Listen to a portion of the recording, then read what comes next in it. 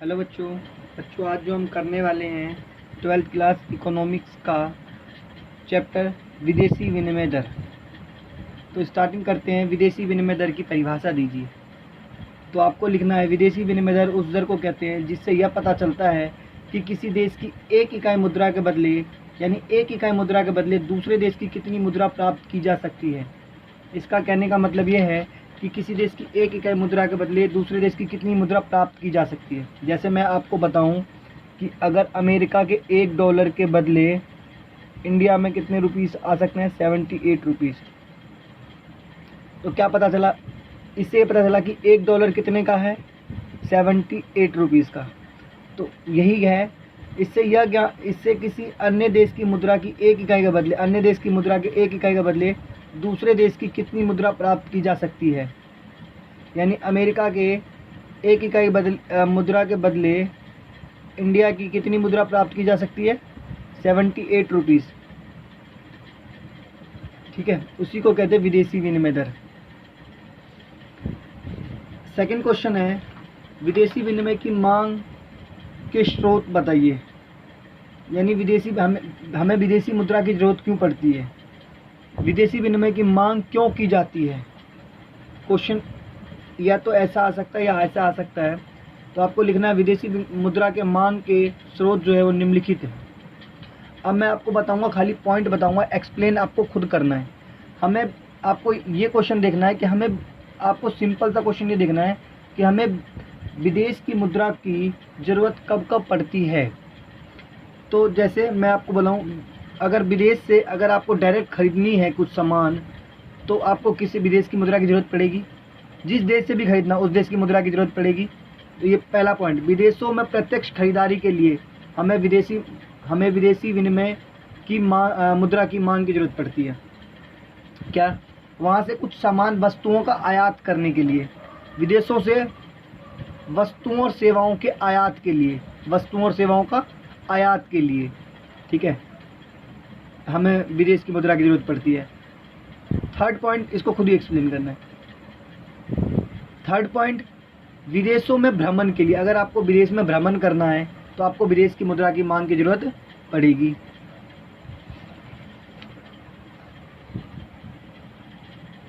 Fourth point, अंतर्राष्ट्रीय ऋणों के भुगतान के लिए, अगर आपने किसी देश से ऋण ले रखा है, लोन ले रखा है, अगर आपको उस देश की भुगतान करना है, आपको उसको चुकाना है, तो आपको उस देश की मुद्रा की जरूरत पड़ेगी। ठीक है। फिफ्थ पॉइंट, शेष विश्व में निवेश के लिए, अगर आपको किसी देश में निवेश करना है, यानी जिस देश में रहते हैं उस देश को छोड़ के बाकी देश में आपको निवेश करना है, इन्वेस्टमेंट करना है, तो बाकी किसी भी देश में जो आपको इन्वेस्टमेंट करना तो उस देश की मुद्रा की जरूरत पड़ेगी। शेष विश्व को उपहार या दान देने के लिए, किसी देश को आपको उपहार या दान देना है, या इसको बोल सकते हैं एक पक्षीय हस्तांतरण देने के लिए हमें विदेश की मुद्रा की मांग की जरूरत पड़ती है। ये 6 पॉइंट बताए मैंने आपको। ये जो मैंने बोला है उसको आपको एक्सप्लेन करना है। ठीक है। थर्ड क्वेश्चन है, विदेशी विनिमय की पूर्ति के क्या स्रोत हैं। अब हमें विदेश की मुद्रा की जरूरत पड़ रही है। अब हमें वो कारण बताना है कि विदेश के लोगों को भारत की मुद्रा की जरूरत कब पड़ेगी, कब पड़ेगी। इसी को कहते हैं विदेशी विनिमय की पूर्ति के स्रोत क्या है। या ऐसे क्वेश्चन करके आ सकता है, विदेशी विनिमय की पूर्ति, मुद्रा की पूर्ति के क्यों की जाती है। तो मैं बताऊं, कारण बताऊंगा। विभिन्न स्रोत हैं और इसलिए की जाती है। जैसे किसी विदेशी व्यक्ति है, विदेशियों द्वारा किसी देश, जैसे मान लिया किसी देश, जैसे भारत ही मान लेते हैं, वस्तुओं की खरीद के लिए, अगर विदेशी लोग भारत में किसी चीज़ को खरीदने के लिए है तो उसे क्या होगा, विदेशी विनिमय की पूर्ति की जरूरत पड़ेगी। विदेशी विनिमय की जरूरत पड़ेगी। पूर्ति के स्रोत है पहला स्रोत, क्योंकि अब वो पहले हम क्या कर रहे थे, हमें विदेश मांग में क्या था, हमें विदेशियों की मुद्रा की जरूरत पड़ रही थी। पूर्ति में क्या है, विदेशियों को, एग्जाम्पल के लिए कोई देश जैसे भारत में वस्तुओं खरीदने के लिए जो पैसे की जरूरत पड़ती है उसे ही कहते हैं। ठीक है। विदेशियों द्वारा किसी देश जैसे भारत में वस्तुओं की खरीद के लिए, विदेशियों द्वारा किसी देश जैसे भारत में निवेश के लिए, अगर कोई विदेशी भारत में इन्वेस्टमेंट करेगा तो क्या होगा, विदेशी विनिमय की पूर्ति का यही है, इसीलिए की जाती है। कोई विदेशी पर्यटक यानी टूरिस्ट करने आता है, टूर करने आता है भारत में, भ्रमण के लिए घूमने आता है, तो उसे विदेशी विनिमय की पूर्ति की जरूरत पड़ेगी। विदेशियों द्वारा किसी देश जैसे भारत में निर्यात के लिए, अगर कोई विदेशी भारत से कोई सामान बेचेगा, ठीक है, तो उसको किसकी ज़रूरत पड़ेगी? भारत की मुद्रा की ज़रूरत पड़ेगी। ठीक। फिफ्थ पॉइंट, विदेशियों द्वारा किसी देश जैसे भारत को दान देने के लिए, अगर कोई विदेशी भारत को दान देगा तो उसे क्या मुद्रा की पूर्ति है। विदेशों में रहने वाले गैर भारतीयों द्वारा अपने परिवार को भेजा गया धन, ये भी विदेशी विनिमय की पूर्ति के स्रोत है। ये जो मैंने आपको 6 पॉइंट बताए, इस 6 पॉइंट को आपको क्या करना है? एक्सप्लेन करना है। ठीक है, आपका क्वेश्चन नंबर 4 जो है, ये जो मैंने फर्स्ट, सेकंड, थर्ड पढ़ाया उसी तीनों का एक्सप्लेनेशन है। पहले बताया विदेशी विनिमय दर, जो कि मैंने आपको फर्स्ट क्वेश्चन पढ़ाया, उसकी परिभाषा लिख दे रहे हैं। सेकंड क्वेश्चन में विदेशी विनिमय की मांग कब कब की जाती है, मैंने आपको 6 पॉइंट सेकंड क्वेश्चन में बताए थे, वो पूरा लिख देना है। तथा विदेशी विनिमय की पूर्ति, अभी मैंने थर्ड क्वेश्चन में बताया था विदेशी विनिमय की पूर्ति, वो लिख देना है। यानी ये क्वेश्चन आपका फर्स्ट, सेकंड, थर्ड को पूरा करने से आपका हो जाएगा। अगर आपको अच्छे से समझ आ गया तो आप मुझे कमेंट करके बताइए। फिफ्थ क्वेश्चन, विदेशी विनिमय की संतुलन दर का निर्धारण कैसे होता है? रेखा चित्र का प्रयोग करें। तो मैं आपको रेखा चित्र द्वारा बताता हूँ, मैं ग्राफ द्वारा बताता हूँ। ये y, यहाँ लिख देते विदेशी विनिमय की मांग और पूर्ति, यहाँ लिख देते विदेशी विनिमय दर, विदेशी विनिमय दर। ठीक है, आपको पता मांग वक्र कैसा होता है और पूर्ति वक्र कैसा होता है। ये विदेशी विनिमय के मांग वक्र हो गया और ये विदेशी विनिमय का पूर्ति वक्र हो गया। ये डी डिमांड और ये एस, ये दोनों एक दूसरे बराबर कहाँ पे? यहाँ पे। तो यहाँ विदेशी विनिमय की मांग और पूर्ति ये हो जाएगी Q, और ये विदेशी विनिमय दर ये हो जाएगा R। तो सबसे पहले क्वेश्चन देखो क्या है, विदेशी विनिमय का संतुलन का निर्धारण कैसे होता है और रेखा चित्र का प्रयोग करें। तो लिखना है विदेशी विनिमय का संतुलन का निर्धारण। तो विदेशी विनिमय का संतुलन का निर्धारण वहाँ होता है जहाँ विदेशी विनिमय का मांग वक्र तथा विदेशी विनिमय का पूर्ति वक्र एक दूसरे को प्रतिच्छेद करते हैं, या तो प्रतिच्छेद करते हैं या बराबर होते हैं। ठीक है, तो लिखना है विदेशी विनिमय के संतुलन दर का निर्धारण उस बिंदु पर होता है जहाँ विदेशी विनिमय की मांग वक्र तथा विदेशी विनिमय के पूर्ति वक्र बराबर होते हैं, या लिख देना प्रतिच्छेद करते हैं, जैसा कि रेखा चित्र द्वारा दर्शाया गया है। मैंने रेखा चित्र बना दिया था। ठीक है, अब देख लिए विदेशी विनिमय की। अब क्या करेंगे, अब इसको मैं एक्सप्लेनेशन ये जो है ये बता देता हूँ। उपरोक्त रेखा चित्र में OX अक्ष पर विदेशी विनिमय की मांग और पूर्ति तथा OY अक्ष पर विदेशी विनिमय की दर को दर्शाया गया है। चित्र में DD विदेशी विनिमय की मांग वक्र है, SS विदेशी विनिमय की पूर्ति वक्र है। DD तथा SS एक दूसरे को बिंदु कहाँ पर काटते हैं? E पर काटते हैं, जहाँ से विदेशी विनिमय दर क्या निर्धारित होती है? OR, और विदेशी विनिमय की मांग और पूर्ति क्या निर्धारित होती है? OQ। ठीक है, ये एक्सप्लेनेशन मैंने लिखा हुआ है, आप देख लीजिए, पढ़ लीजिए। अब क्या कराऊंगा, अब देखो मैं क्या कर देता हूँ, विदेशी विनिमय दर बढ़ा देता हूँ। विदेशी विनिमय दर OR है ना, अब मैं यहाँ से यहाँ कर देता हूँ R बढ़ा के क्या कर दिया। तो मांग तो क्या हुई, जब मैंने दर बढ़ाया तो विदेशी विनिमय की मांग जो हो गई वो कम हो गई, और विदेशी विनिमय की पूर्ति जो हुई है, ये M लिख लेते हैं और ये L, ML। ठीक है, अब देखो जब मैं विदेशी विनिमय दर OR से बढ़कर OR1 होती है तो विदेशी विनिमय की मांग जो है, पूर्ति जो है, वो मांग से, देखो पूर्ति जो है, पूर्ति ज़्यादा है और मांग क्या है? मांग कम है। मांग इतनी हो गई और पूर्ति यहाँ है, तो मांग जो है वो पूर्ति से ML ज़्यादा, इतनी ज़्यादा हो गई है, क्योंकि मांग तो इतनी ही है यहाँ से यहाँ तक और पूर्ति यहाँ से यहाँ तक है। तो मांग इतनी है, पूर्ति इतनी है, तो इतनी तो ML ज़्यादा हो गई है। ठीक है, पूर्ति जो हो गई है मांग से कितनी ज़्यादा हो गई है? ML। पूर्ति मांग से ml ज़्यादा हो गई है। ठीक है, तो आपको लिखना है जब विदेशी विनिमय की दर OR से बढ़कर OR1 हो जाती है तब विदेशी विनिमय की पूर्ति विदेशी विनिमय की मांग से ml अधिक होता है। अब मैं विदेशी विनिमय दर को क्या करता हूँ, घटाता हूँ। OR2 हो जाती है तो विदेशी विनिमय की अब क्या हो गया, देखो अब पूर्ति कम हो गया, मांग ज़्यादा हो गई। तो आपको लिखना है जब विदेशी विनिमय दर OR से घटकर OR2 हो जाती है तो विदेशी विनिमय की मांग जो है, अब मांग पूर्ति से अब मांग ज़्यादा है, क्योंकि देखो मांग यहाँ पे काटा, मांग को मांग ने यहाँ पे, अब पूर्ति यहीं पे काट रही है, तो पूर्ति कम है और मांग क्या है, ज़्यादा हो रही है। तो जो ज़्यादा हो रहा है पहले वो लिखो। जो विदेशी विनिमय दर जो है OR से घटकर OR2 जब होती है तो विदेशी विनिमय की मांग जो है वो पूर्ति से ml ज़्यादा हो जाती है। अब मांग ज़्यादा होती है और पहले पूर्ति ज़्यादा थी। जब विदेशी विनिमय दर बढ़ा था तो क्या थी, पूर्ति ज़्यादा थी, और जब विदेशी विनिमय दर घटा तो मांग ज़्यादा हो गई। यही मैंने एक्सप्लेनेशन कर रखा है। जब विदेशी विनिमय दर OR से घटकर OR2 हो जाती है तब विदेशी विनिमय की मांग विदेशी विनिमय पूर्ति से ml अधिक है। और मैंने डायग्राम बता ही रखा, और ये डायग्राम जो मैंने बनाया हुआ था उसमें वो मैंने आपके सामने बना के दिखा दिया आपको। ठीक है, निम्नलिखित की परिभाषा दीजिए। ये आपको बता दूं मैं, ये विनिमय दर के प्रकार हैं। सबसे पहला होता है स्थिर विनिमय दर।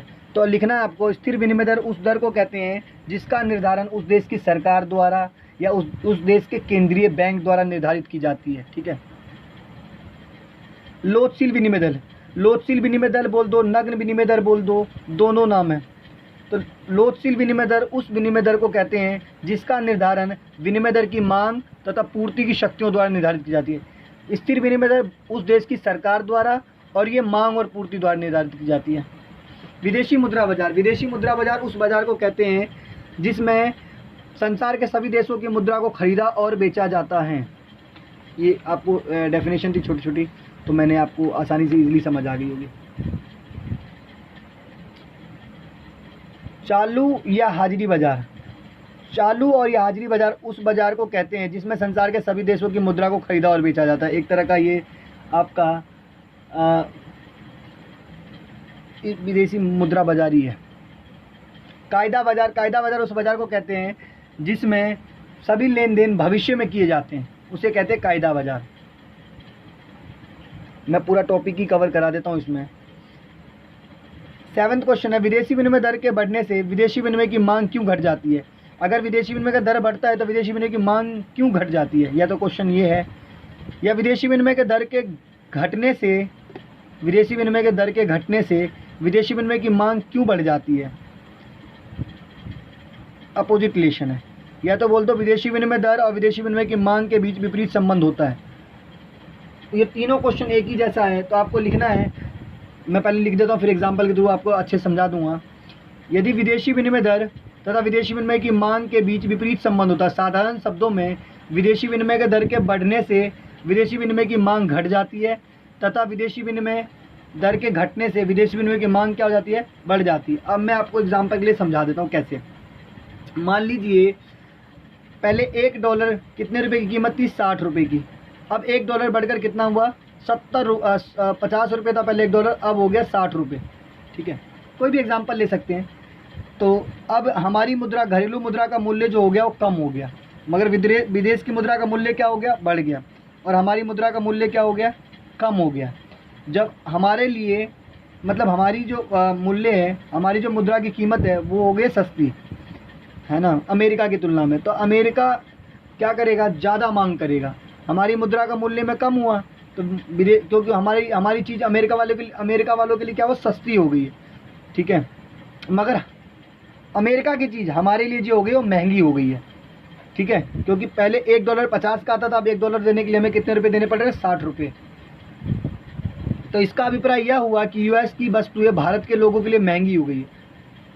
अंततः भारतीय लोग यूएस की वस्तुओं को कम मांग करेंगे। जो महंगी हो जाती है, आपको मांग का नियम 11वीं में पढ़ा ही होगा कि मांग और कीमत के बीच में जो होता है विपरीत संबंध पाया जाता है। यही कारण है कि विदेशी विनिमय के दर के बढ़ने से विदेशी विनिमय की मांग जो होती है घट जाती है। ठीक है। क्वेश्चन नंबर 8 जो है, विदेशी विनिमय के दर के बढ़ने से विदेशी विनिमय की पूर्ति क्यों बढ़ जाती है? देखो, बढ़ने से बढ़ जाती है, ये सीधा रिलेशन है। या विदेशी विनिमय के दर के घटने से विदेशी विनिमय की पूर्ति क्यों घट जाती है? अच्छा, विदेशी विनिमय दर और पूर्ति के बीच जो है वो डायरेक्ट रिलेशन है, यानी प्रत्यक्ष संबंध है। विदेशी विनिमय दर और विदेशी विनिमय की पूर्ति के बीच प्रत्यक्ष संबंध होता है। तो आपको फिर से वही लिखना है, विदेशी विनिमय दर तथा विदेशी विनिमय की पूर्ति के बीच प्रत्यक्ष संबंध पाया जाता है। साधारण शब्दों में, विदेशी विनिमय के दर के बढ़ने से विदेशी विनिमय की पूर्ति बढ़ जाती है तथा विदेशी विनिमय के दर के घटने से विदेशी विनिमय की पूर्ति क्या होती है? घट जाती है। मतलब दोनों के बीच सीधा रिलेशन होता है। दर बढ़ेगा तो पूर्ति भी बढ़ेगी, दर घटेगा तो पूर्ति भी घटेगी। एग्जाम्पल के लिए मैं समझा देता हूँ, वही एग्जाम्पल लीजिए। उदाहरण के लिए मान लीजिए कि एक US डॉलर 50 रुपये से बढ़कर 60 रुपये हो जाती है। इसका अभिप्राय यह हुआ कि US के लोगों के लिए भारतीय चीज़ों जो गई सस्ती हो गई है, अतः US के लोग भारतीय वस्तुओं की अधिक मांग करेंगे। यही कारण है कि विदेशी विनिमय के दर के बढ़ने से विदेशी विनिमय की पूर्ति जो होती है बढ़ जाती है। उनकी पूर्ति जो हो गई वो क्या हो गई? बढ़ गई, क्योंकि हमारी जो घरेलू चीज़ थी वो अमेरिका वालों के लिए क्या हो गई? सस्ती हो गई है। घरेलू मुद्रा और मूल्य वृद्धि तथा मूल्य वृद्धि के घरेलू मुद्रा और मूल्य ह्रास में अंतर स्पष्ट कीजिए।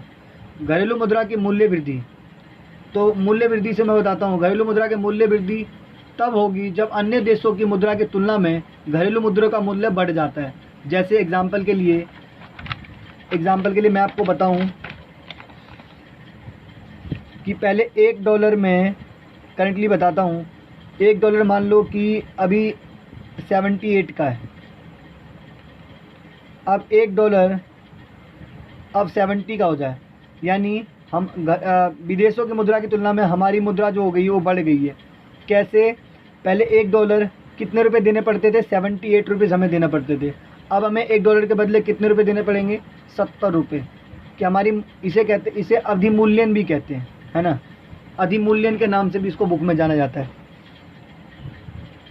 उदाहरण के लिए यदि मान लीजिए, थे ये थोड़े मैंने पुराने एग्जाम्पल है तो इसलिए मैंने नए एग्जाम्पल लिख दी। US डॉलर का विनिमय पहले 40 रुपये होता था, अब परंतु 38 रुपये होता है। यानी पहले एक US डॉलर पहले 40 का था, अब 38 का हो गया। नहीं, देखो हमारी चीज़ें जो हो गई, पहले हमें $1 लेने के लिए 40 रुपये देना पड़ता था, अब $1 लेने के लिए हमें 38 रुपये देना पड़ता है। तो हमारी मूल्य वृद्धि हो गई। मूल्य ह्रास बिल्कुल इसका अपोजिट है। मूल्य ह्रास से अभिप्राय यह होता है जब विदेशी मुद्रा के तुलना में हमारी मुद्रा का मूल्य में कमी से होता है। जैसे इसका अपोजिट, जैसे $1 70 का है, अब $1 जो है वो आपका 78 का हो गया। पहले हम $1 लेने के लिए 70 रुपये देते थे, अब $1 लेने के लिए हमें कितना दे रहे हैं? यानी हमारे मूल्य में जो हो गई वो क्या हो गई? कमी हो गई। तो इसे कहते हैं मूल्य ह्रास। एग्जाम्पल, उदाहरण के लिए मान लीजिए कि एक $1 का विनिमय पहले 40 रुपये होता था, परंतु अब 42 रुपये हो गया, बढ़ गया। इसलिए इसे मुद्रा का मूल्य ह्रास भी कहा जाएगा। ठीक है।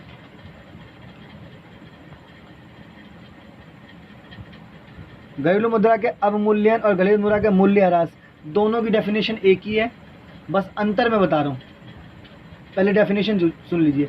घरेलू मुद्रा के मूल्य का अवमूल्यन का अभिप्राय यह है कि अन्य देशों की मुद्रा की तुलना में घरेलू मुद्रा के मूल्य में कमी से है।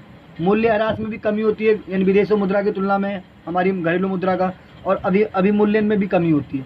बस इसमें क्या होता है, इसका विनिमय दर जो होता है वो सरकार के द्वारा निर्धारण होता है अवमूल्यन का, और मूल्य ह्रास का जो होता है इसका विनिमय का मांग और पूर्ति की शक्ति द्वारा निर्धारित होता है, और कुछ नहीं है। बाकी क्वेश्चन मैंने करवा दिए, बाकी क्वेश्चन मैं अगली वीडियो में कवर करने की कोशिश करूँगा। ठीक है। आपको वीडियो अच्छी लगी तो प्लीज़ लाइक कीजिए, शेयर कीजिए और दूसरों बच्चों को भी फ़ायदा पहुँचाइए।